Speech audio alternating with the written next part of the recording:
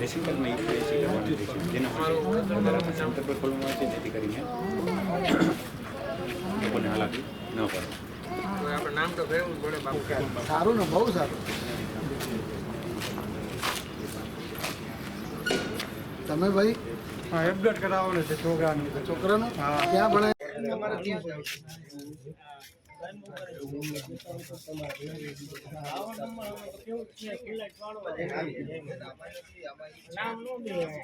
એનું એડ્રેસ લઈને પાલક ત્યાં ઘર મુલાકાત કરી.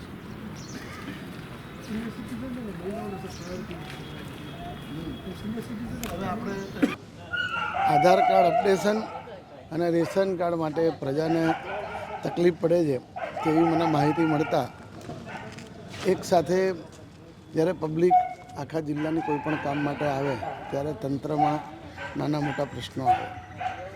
અત્યારે રાજ્ય સરકાર તરફથી અને કેન્દ્ર સરકાર તરફથી KYC માટે અને ખેડૂતો માટે પણ જેમના ખાતામાં PM સન્માન નિધિના પૈસા જમા થાય છે એના માટેની પણ કાર્યવાહી ચાલુ છે. ત્યારે બાળકોની શિષ્યવૃત્તિ હોય, ખેડૂતોના જે કામ હોય કે રેગ્યુલર કોર્સમાં થતું આધાર કાર્ડનું કામ હોય, એ માટે પ્રજા જ્યારે એક સાથે કોઈપણ કચેરીમાં આવે ત્યારે તંત્રને તકલીફ પડે.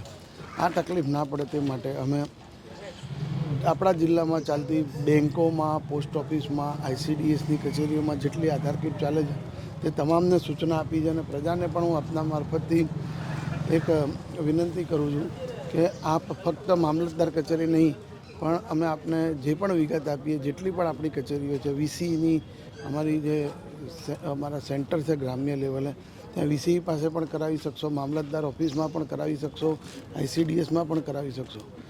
આજે તકલીફ પડે છે ને સવારે એમને 8 વાગે આવવું પડે છે અને લાઇનમાં ઊભા રહેવું પડે છે, એ ના રહેવું પડે એના માટે આપના મારફતથી હું સંદેશો આપવા માગું છું કે પ્રજા 10 વાગે પણ આવશે તો પણ એમનું કામ થઈ જશે. હવે કોઈપણ પ્રકારની ભીડ કરવાની જરૂર નથી. દરેકને સવારે ટોકન આપવામાં આવશે અને કોઈને ધક્કો પણ નહીં પડે એની હું ખાતરી આપું છું. અને અમે એ પ્રકારની વ્યવસ્થા ગોઠવી છે કે પ્રજાને ઓછામાં ઓછી તકલીફથી એમનું કામ ઝડપથી થઈ જાય. જો 8 વાગે આવશો તો પણ 11 વાગે પતશે અને આપ 11 વાગે આવશો તો 12 વાગે પતશે આપનું કામ. એટલે એવું જરૂરી નથી કે આપે 8 વાગે આવવું જ પડે. તો આપનું કામ મામલતદાર કચેરીએ આવશો તો જ પતશે પણ નથી. આપના નજીકની ગ્રામ પંચાયતમાં જઈ અને જશો ત્યાં પણ આપનું કામ થઈ જશે. આજે અમારા પ્રાંત અધિકારી શ્રી પણ અહીંયા ઉપસ્થિત છે, અમારા મામલતદારશ્રીને તમામ ટીમ ઉપસ્થિત છે. આ 10 થી 15 દિવસ અમે સવારે 10 વાગ્યામાં કચેરી ચાલુ કરી અને લોકોની તકલીફો દૂર કરવા પૂરતા પ્રયત્ન કરશું. પણ પ્રજાને પણ વિનંતી કરું છું કે કચેરીનો ટાઈમ સાંજે 6-10 સુધીનો છે.